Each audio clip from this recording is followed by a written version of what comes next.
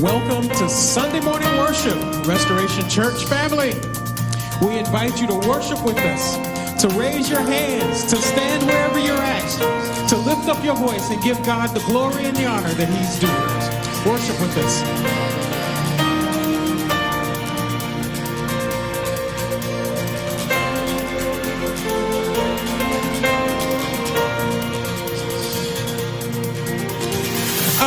God is great and glorious. We put our trust in your name, Jesus. You're able to save and deliver us. We put our hope in your name, Jesus. We're saying blessing and honor, glory and power unto our God.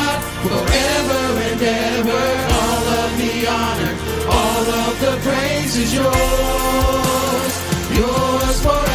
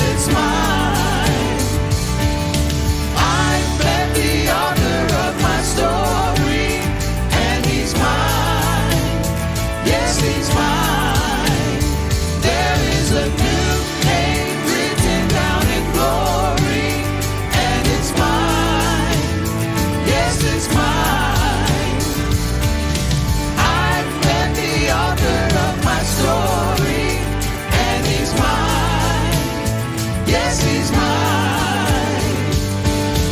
I am who I am because the I am tells me who I am. I am who I am because the I am tells me who I am. I am who I am because the I am tells me who I am. I am who I am because the I am tells me who I am. I am who I am because the I am tells me who I am. I am who I am because the I am tells me who I am. I am who I am because the I am tells me who I am. I am who I am because the I am tells me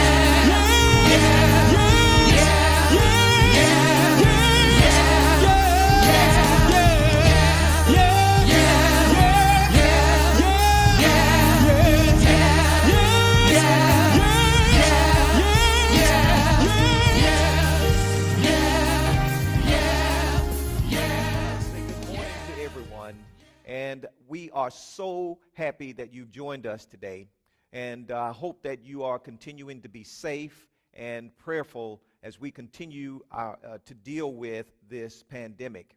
I wanted today to ask that if you would join me in prayer before we get into the word of the Lord. If you would just join in with me today as we pray for families who have lost loved ones. Every life matters. And as well, want to pray for those who are dealing with it right now, who are in hospitals, who are suffering as a result of this. As well, I know we need to pray for our leaders on all levels. Why? Because they are facing some of the toughest decisions of our lifetime. Tremendous decisions regarding our national health, regarding our economy. And I know that it's a lot of weight and it's not easy. It's easier to sit back and to criticize than it is to pray. But I want us to pray, and I'm sure that they are having many sleepless nights just considering how to go about doing this. There are many people who they've lost their jobs as a result of this virus. I don't need to tell you. People that are struggling, trying to get their businesses, hoping to get their businesses started back up. We want to be prayerful for them, church, and they need our prayers. Our leaders need our prayers. People that have lost loved ones need our prayers today, and we just want to lift them up right now before we do anything else. God, we thank you because you are a faithful God. You said for us to pray about everything, don't worry about anything. God, you know everything that is going on in our world today, in our personal world, and on all levels. God, we're asking for you to just continue to protect us, watch over our homes. We thank you, God, for your provisions. And we ask, God, for you to touch our leaders, God, those that are making these decisions, those that are trying to decide how to conduct ourselves and how to move forward.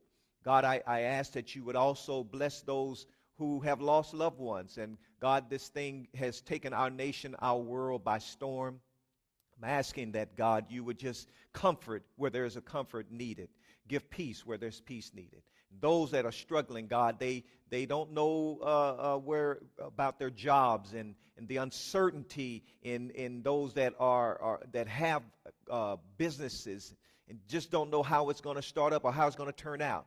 We're praying, God, for you to give them the answers, for you to for divine intervention. We love you and thank you right now in Jesus' name. Amen. Amen. Amen.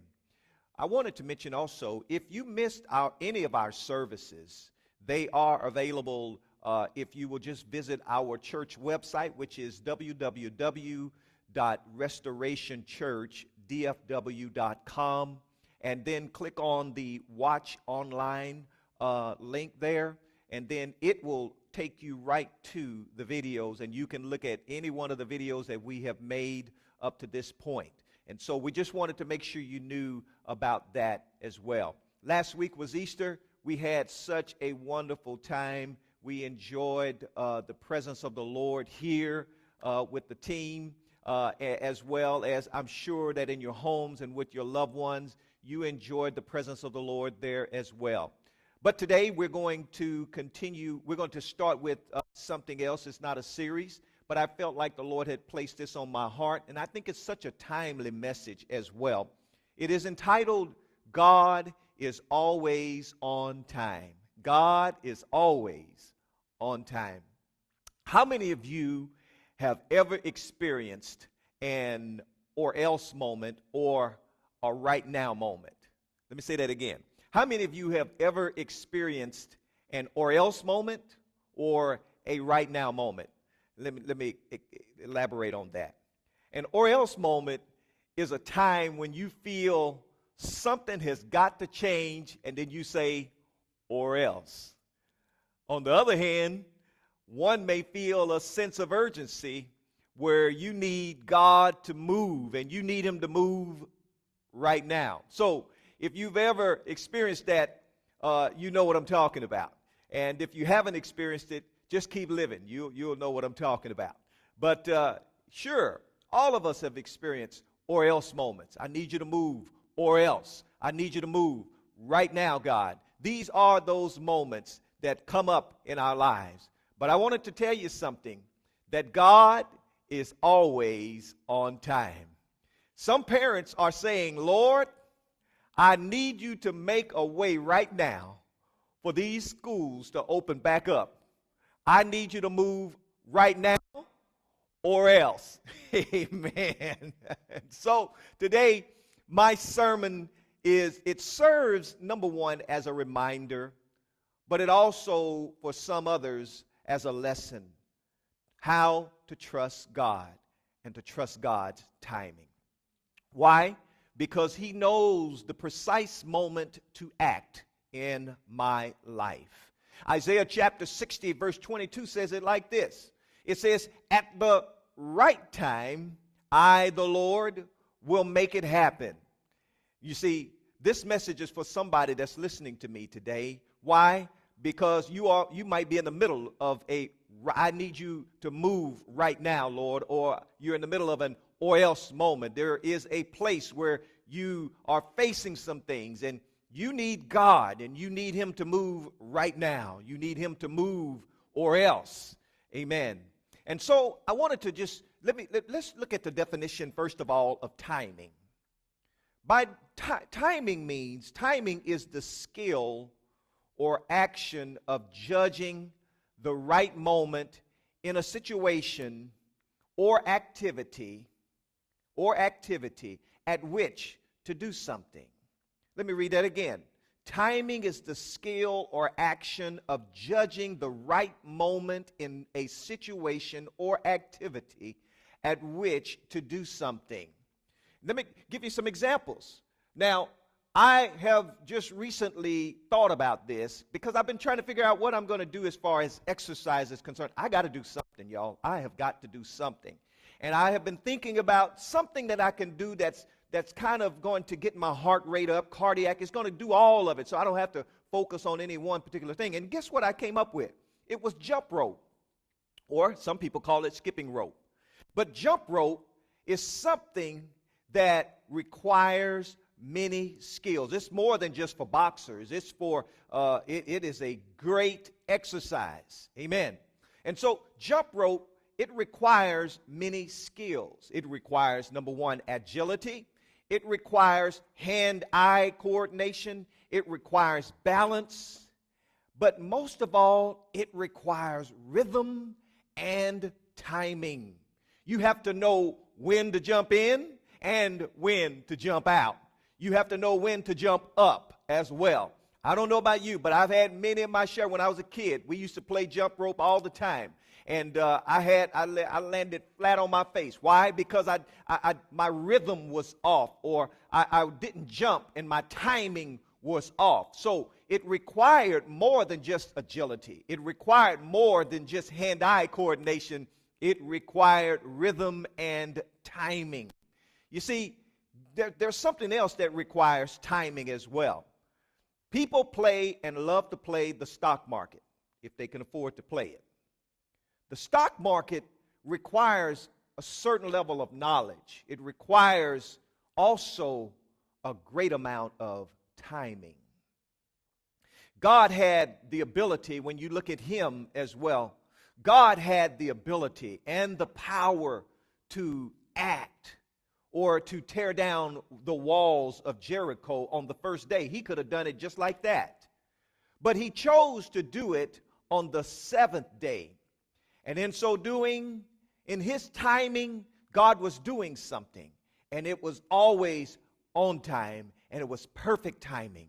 He was actually building the faith of his people while they were being obedient. Another point that I saw here in the scripture, whereas the Hebrews, do you realize that God took his time about delivering them, but he was on time? Even when they were crying out for over 200 years, they were crying and saying, Lord, deliver us, deliver us. But God was on time, and he could have delivered the Hebrews from the Egyptian bondage instantaneously. But you know what? He chose to wait timing until after he demonstrated all of those the plagues, and he got to messing with Pharaoh's mind. You see, he could have done it instantaneously without doing all of that, and Pharaoh couldn't have said a thing about it. But God chose, and he figured the right time in order to deliver them, and it was a once and for all thing. You see, timing is the skill or action of judging when is the right moment to act in a situation or an activity. When is the right time to jump in? When is the right time to get out? When is the right time to act? You see, God could have delivered, could have done so many other different things, church, and he did it all according to his timing. I want to show you something else in Genesis chapter 22 in verse 12, and then looking at verse 15 through 18. And I'm only going to put up here verse 12 and 15 for you, but I'm going to read it all the way through for you. It says here, it says, and he said, do not lay your hand on the lad or do anything to him. Why? For now I know that you fear God, since you have not withheld your son, your only son, from me. Verse 15 goes on to say, then the angel of the Lord called to Abraham and a second time out of heaven. Verse 16, and said, by myself I have sworn, says the Lord, because you have done this thing and have not withheld your son, your only son, blessing, I will bless you, and multiplying, I will multiply your descendants as the stars of the heaven and as the sand which is on the seashore. And your descendants shall possess the gate of their enemies. See, all of this is available to him. Verse 18, he said, in your seed all the nations of the earth shall be blessed. Because, why? Because you have obeyed my voice. You see, God was demonstrating that he had the skill. He had to wait and know exactly when he could bless Abraham. God had to know the right moment, timing, when he could bless Abraham with all of these blessings, with the promise of becoming the father of many nations. See, God was waiting, but he had to see something. And all of that required skill. And he knew what he was looking for. And it all was about timing. You see, we must trust God and trust God's timing. Why? Because he knows the precise moment to act in your life. He knows the precise moment to act in my life. You see, I had a friend, and he hated to hear the word no. And so what he would say is, he would say, don't tell me no. I'm the child of the king. And so his wife said, okay, I won't tell you no. She said, how about this? Now is not the time. Amen. You see, you have to understand something, and you probably heard this. Delayed is not to be denied. Delayed is not denied. Something else I want to tell you. You see, God's no is just as powerful as his yes. God's not now is just as powerful as his right now. Why? Because it all works for your good. Let me say that again. God's no is just as powerful as his yes. God's not now is just as powerful as his right now. Amen. Why? Because it all works for your good. God's timing is always in your best interest. And it may be hard sometimes to wait on the Lord, but I guarantee you, if you wait on the Lord, you will be blessed. Amen. And it will not fall apart. Listen to this. Sometimes, honestly, we just get short-itis. That's a term out there. It's not in the dictionary, by the way. There's a term, it says, we all just get short-itis in waiting on God. We force things to happen, which demonstrates, honestly, a lack of trust. We demonstrate a lack of trust when we get short-itis and we decide to act. You see, we are a people who want what we want and would prefer it right now. Amen. We are a people who want what we want and we want it right now. Sometimes it seems as if we are not even on God's clock. The truth is, there is never a time in which He is not aware of the desires of your hearts. He knows He knows better than we do whether what we want or whether what we want to happen is necessary or good for us. God is making a decision constantly on our behalf, church. And He knows what's in our best interests. Sometimes His timing allows us to see that what we thought we wanted or needed, we really didn't need because we made it pretty good without it. But at the time, it seemed like, God, I got to have this or else. God, I got to have this right now. Praise God. And so there are times also when God delays that the waiting made the receiving that much better. Let me say that again. There are times when the waiting made the receiving, when you finally got it, it made it that much better. You see, His timing will always be perfect, even when our trust in it is not. In His time, your time will come. In His time, your time will come. Listen to this. Trust in God's timing. It's better to wait a while and have things fall into place than to rush and have things fall apart. I've been on both sides of that. I've rushed things and I have tried to make things happen and it didn't hold together. Amen? But then there are times when I've also learned that in waiting that, it was so much better and I was blessed and the better for it. Church, today, we have to learn to wait on God's timing. He's never late. You've heard that before. When Jesus walked on the water to those disciples, everything was perfectly timed. Everything was perfectly timed. He said, you guys, you go on ahead of me. And then He set the stage. He said, the waves began to billow and the wind began to blow and the boat began to rock. All of these things made the disciples nervous.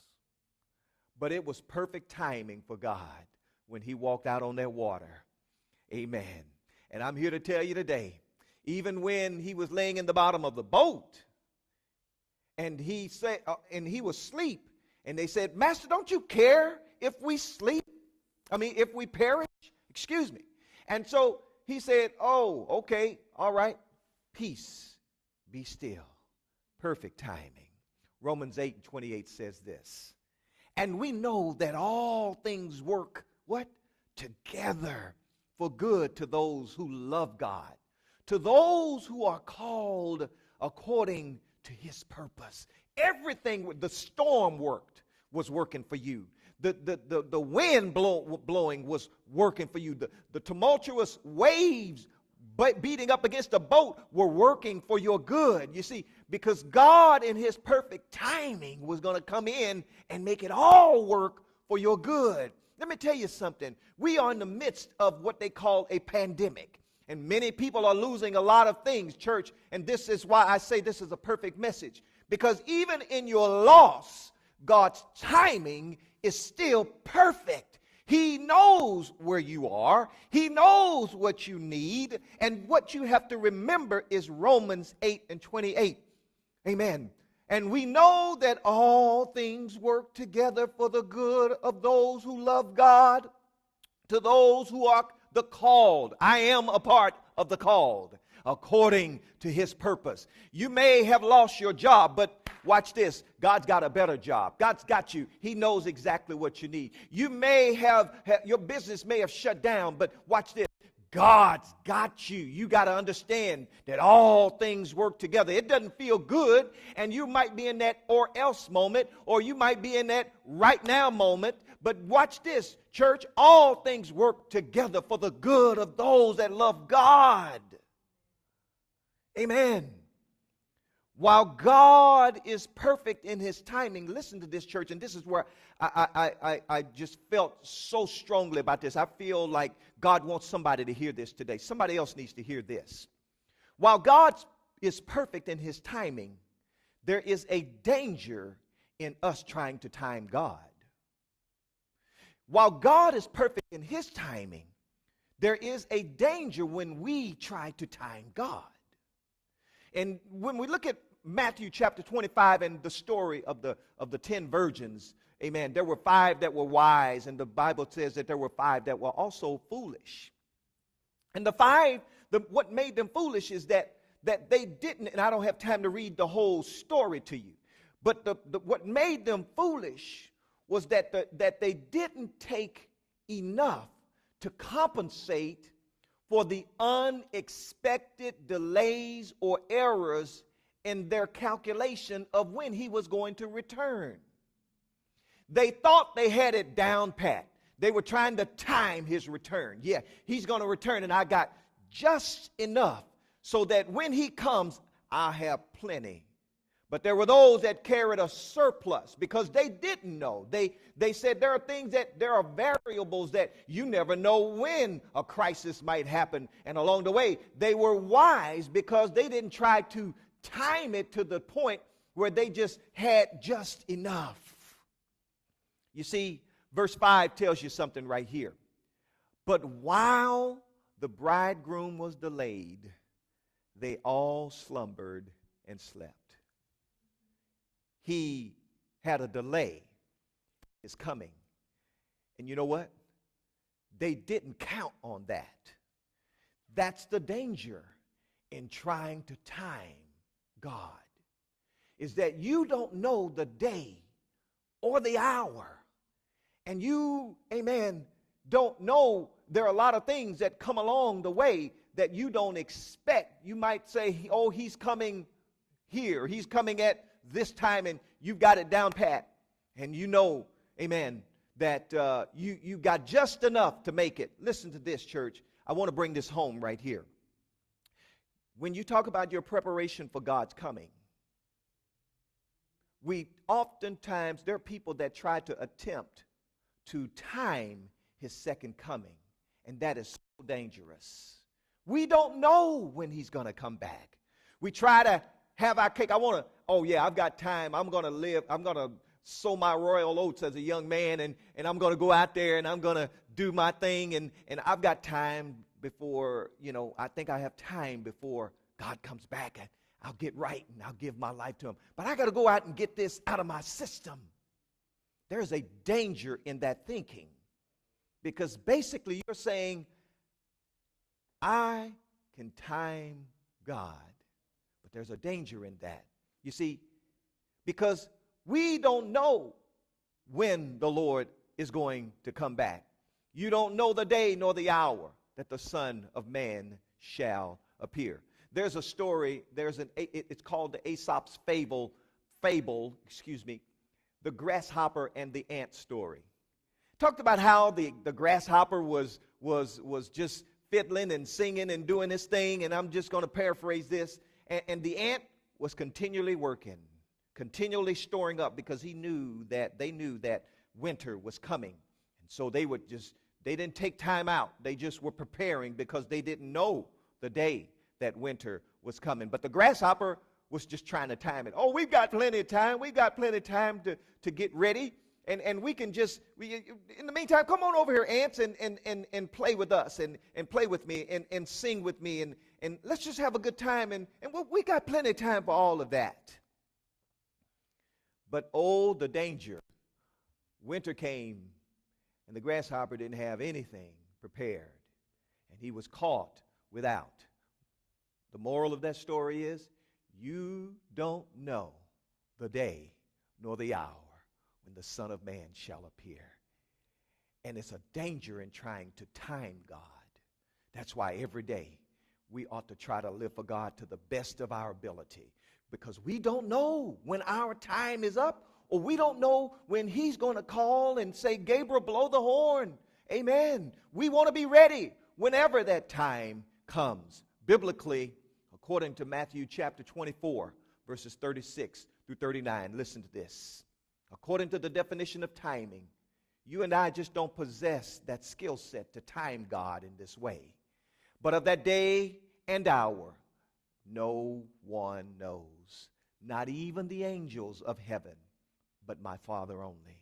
But as the days of Noah were, so also will the coming of the Son of Man be. Verse 38, for as in the days before the flood, they were eating and drinking, marrying and giving in marriage. They were just going on with life as normal. Just, yeah, we got plenty of time. I'm young. I've got time to make a bunch of mistakes. I got time to live my life and still come back, until the day of that Noah entered the ark. Verse 39, and did not know until the flood hit them, came and took them all away. So also will the coming of the Son of Man be. I tell you today, church, God tells us, he gives us, tells us that he's coming, but he doesn't tell you when. Why? Because he wants us to live to the fullest in anticipation of his coming. There are people out there that they say, I can quit at any time. Dangerous words. Just before it's too late or too much. There are people that have become addicts or become addicted to something, and they've always felt like they were in control. And they were insinuating, really, when you say, I can quit at any time, listen to what you're actually insinuating is that you have the power or the skill set, the willpower, and the discipline to discontinue an action. That's what you're saying. I've got the discipline, I've got the willpower, I've got the skill set, I've got everything I need to quit whenever I feel it's too late or it's getting close. I know when enough is enough. I know how far to go. I trust my timing is what you're telling God. Amen. When you don't want to live for him with everything you've got, and you're saying, I trust my timing. I know I can get back in time. We don't know that. Proverbs 3, 5, and 6 says this, trust in the Lord with all thine heart, and lean not to thine own understanding. In all thy ways acknowledge him, and he shall direct your path. The key part of that is to trust with all your heart and lean not to your own understanding, your own timing, but lean on him. Lamentations, chapter 3, verses 25 and 26. The Lord is good to those whose hope is in him. To the one who seeks him, it is good to wait patiently for the salvation of the Lord. Amen. There are times when God's clock does not synchronize with your clock, my clock. Give God a chance to work on his schedule. Why? Because he's never late. He's always on time. And he will make everything work out just right. Even when the winds are blowing, the storm is all around you. As it is right now, I'm telling you. This is the best time to trust in the Lord and his timing, because he will get you out. He will save you. Listen to this. He will make everything work out just right, just as he sees fit. And he will do it right on time. Again, let me go back to you and tell you what he says in Isaiah chapter 60. Amen. It says this, verse 22, at the right time, I, the Lord, will make it happen. Because this is for somebody today. This is for somebody today. Because God knows exactly where we are. And He's never late. Praise God. Timing is the skill or the action of judging the right moment in a situation or activity at which to do something. Amen.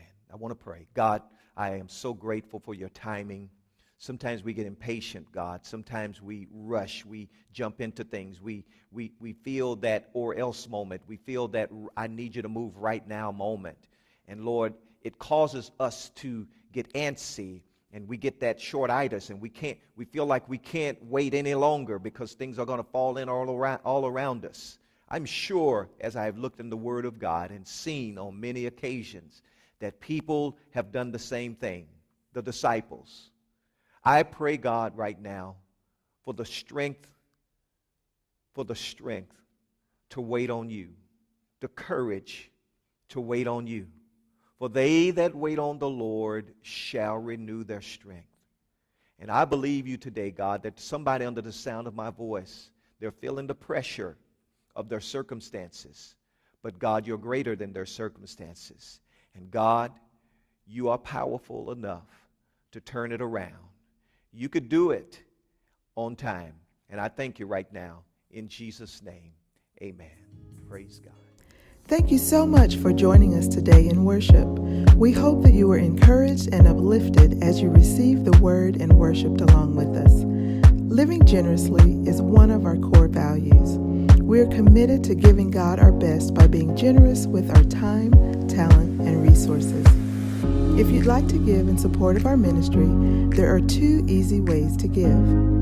We provide safe and flexible options that make it easy and convenient for you to give at church, at home, or on the go.